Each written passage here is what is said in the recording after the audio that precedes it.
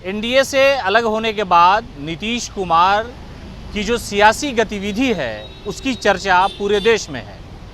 उन्होंने बीजेपी का साथ छोड़कर लालू प्रसाद यादव का साथ लिया, नई सरकार बन गई और फिर एक नए तरीके से उनके पार्टी के लोगों ने ये कहना शुरू कर दिया कि नीतीश कुमार प्रधानमंत्री पद के लिए सबसे सुयोग्य उम्मीदवार हैं। यानी नीतीश में वो सारी सियासी खूबियां हैं जो मौजूदा प्रधानमंत्री नरेंद्र मोदी को चुनौती दे सकती है।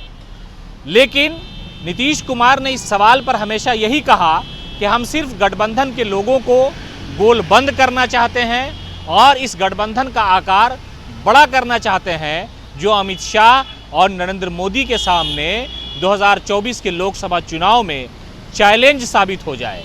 इसी चैलेंज को लेकर के नीतीश कुमार बिहार से निकलकर दिल्ली पहुंचते हैं और दिल्ली में राहुल गांधी समेत कई बड़े नेताओं से उन्होंने मुलाकात की।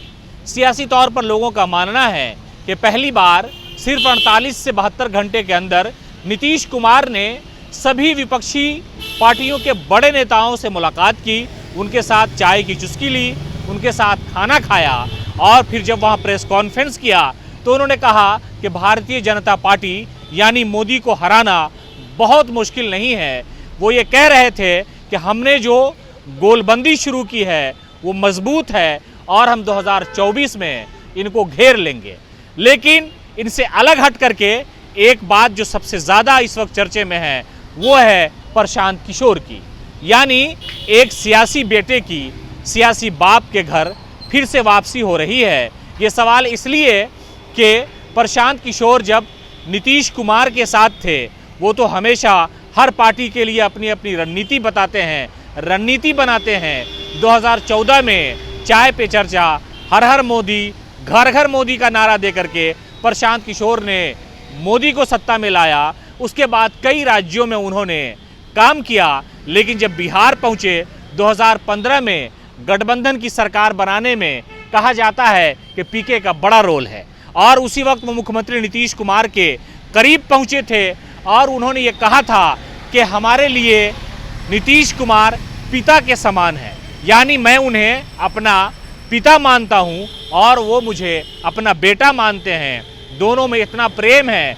और उसके बाद उन्हें बड़ी जिम्मेदारी दी गई और फिर एक वक्त ऐसा आया कि पीके निकाल दिए गए। लेकिन कल रात चुपके प्रशांत किशोर की मुख्यमंत्री से मुलाकात होती है।